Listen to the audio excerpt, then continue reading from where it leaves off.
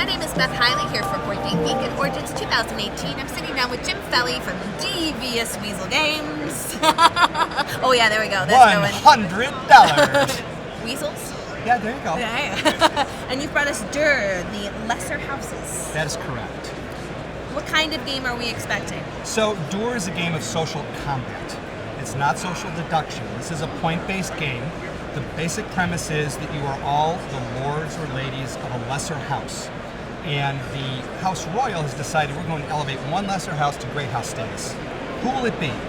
Well, you all want it, so you want to fight a war for it. But gold, soldiers, that's a waste.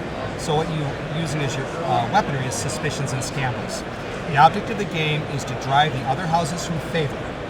And the game immediately ends when there's only 1 or 0 houses left with favor. Then we count the points and see who wins. Okay. So take us through a turn. Okay.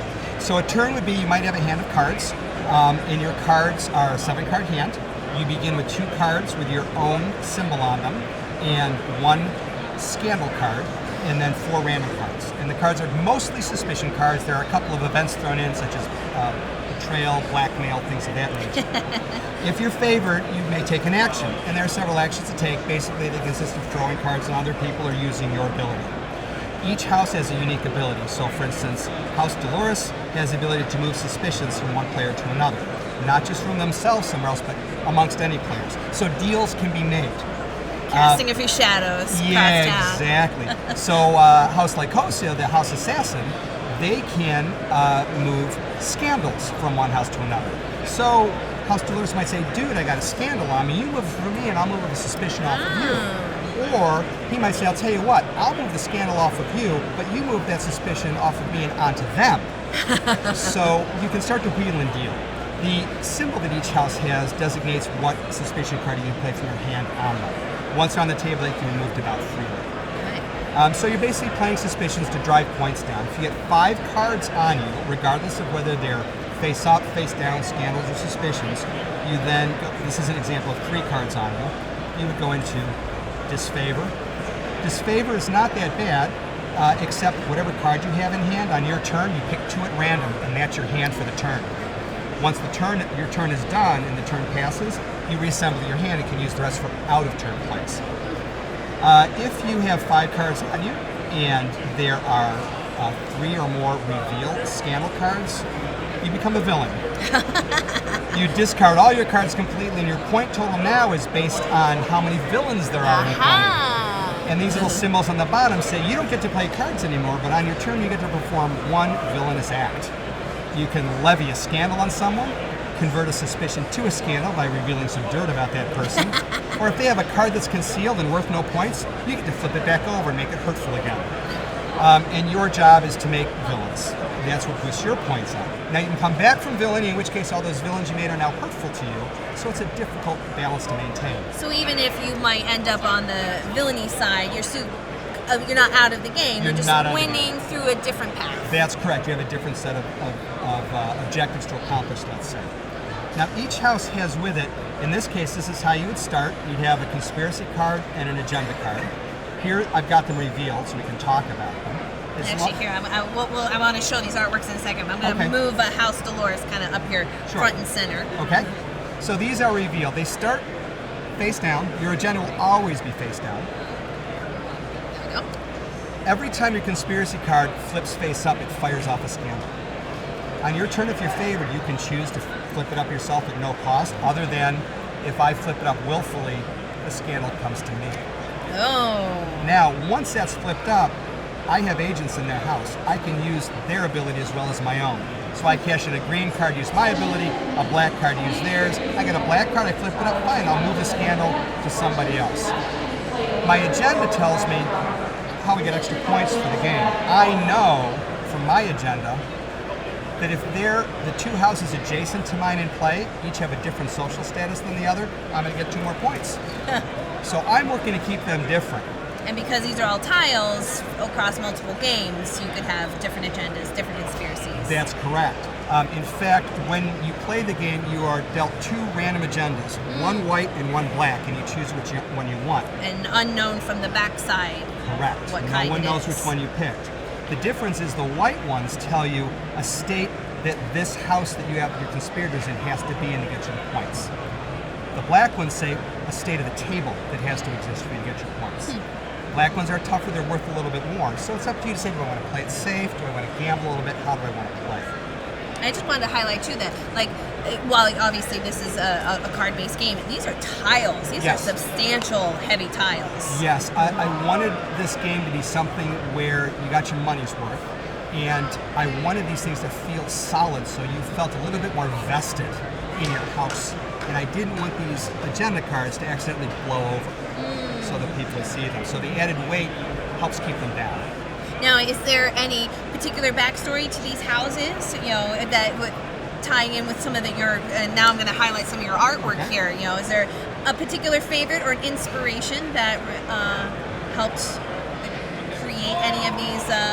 No, these houses were. So I started off thinking about sort of a medieval game, but out of the context of the real world, because I don't like the history buffs to tell me how I screwed up. So this is a mythical world.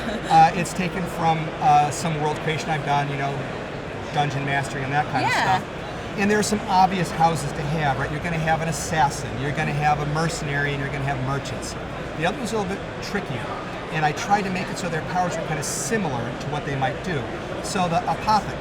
These are the medicinal folks, the pharmacists, the drug makers, and they're converters. So they're going to convert your scandals and suspicions from one form to another. The House Votary are the church and the monks and the priests. Their power is to rescind suspicion. So what they get to do is they get to take it off a player and discard another card from their hand. It could be that they just pick it up and throw it away, or it could be they pick it up, throw away a different card because they're trying to collect pairs. One of the things I didn't mention is that there's a special ability called a Masterstroke. If you have two suspicion cards in your hand that are identical, they don't have to match your house. You play them both, and you create a Masterstroke, which can be used in many different ways. Let's go away from it. Otherwise, you're just competing with that. So we'll just cut out this little bit.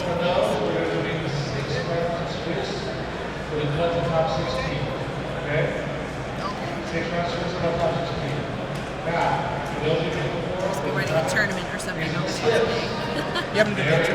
Yeah. I've never met you before. It's a pleasure to meet you. I know, right? We keep orbiting and not actually intersecting. I love to tell people I have the easiest job here at the show because everyone comes to me and I get to see the latest and greatest, and literally I get to sit in my chair. Right, exactly. You got a good coworker. I freaked people out this morning because I'm the early bird, and we've been having, as you heard me telling Chad, we've been having such problem with things being taped because the tape is just disintegrating with humidity. So I was safety pinning this tablecloth in place. So I was under the table when people started showing up, and they're like, "How did all the electronics get out?" And I was like, "It was me," but no one could see me because I was under the table. Oh. They're like, "Who's there?" It's a ghost! Space ghost! I say yes. So those cheat sheets come with a game on here. Talk about them. Yeah. I don't know if I'm taking too long or not. I don't have anyone queued up after you, but we'll wrap up next minute. Whatever you Okay, want. so Masterstroke. So Masterstroke, if you have a pair and you play the pair, you have several options of what you can do. Typically, it's a scandal remover or adder. So I can pull a scandal off the scandal pile and throw it anywhere I want, or I can destroy a scandal that's revealed in the game. The other nice thing about a Masterstroke is you can use it to negate someone's ability. So if for instance, House Lycosia says, I'm moving a scandal off of them onto you, you can Master say, nope, I counter it. They say, damn it, they've already spent the card. But somebody else could say, I'm going to Masterstroke your Masterstroke. And it goes. Now, it's a really powerful thing, but because of the draw mechanism, at the end of your turn you draw cards. You always draw one, or you may discard one to draw two. Your hand size is not getting bigger, so each Masterstroke is winnowing it down and cutting your future options down. So that's the trade-off with the Masterstrokes. So to not flippantly throw that out there very often, because you'll literally have less cards the rest of the Correct. It's the same when you're favored, you make your play, and you have the option of making a second play if you're favored. Now that could be 2 Masterstrokes. That's 4 cards out of your hand for 2 plays. Or you say, do I take the second play? Because now I'm going to be 6 cards next round. Yeah. And these cheat sheets come in the box, and they will tell you how to play a disfavored house, how to play a villain. Right, so they're Yep, and on the back, you've got the icon guides, and on the back of 2 of them, you also have what you can do on a Masterstroke in turn and out of turn. Everything you need to know. Yep, 30 minutes to play. I've never played a game more than 30 minutes. I usually run about 20 to 30. 4 to 6 players. Please, anyone that plays this, please horse trade. It's not just, I'll do this for you with my power, if you do this for me with your power. It's also like, if you use your power on them, I will give you this card from my hand to activate it. Or anyone have a red card, I'll trade you a blue card for it, right? Now, I've done that before, and I've traded for a blue card, and I passed them my card, and I've gotten a yellow card. So there's nothing that keeps you from, reneging on your deals. So I was going to say, so promises are not binding. in this No, game. but reputation remains. And the consequences abound. Yes, so if you like strategy and you want a game that's got a lot of depth that plays in a short amount of time, I think this is a good game for you. However, again, minimum of 4 players, maximum of 6. That's the trade-off. Well, if you guys want to check that out, this is Dûhr, which is being published by Devious Weasel Games. And Jim, thank you again. Thank you so much. It's been a pleasure.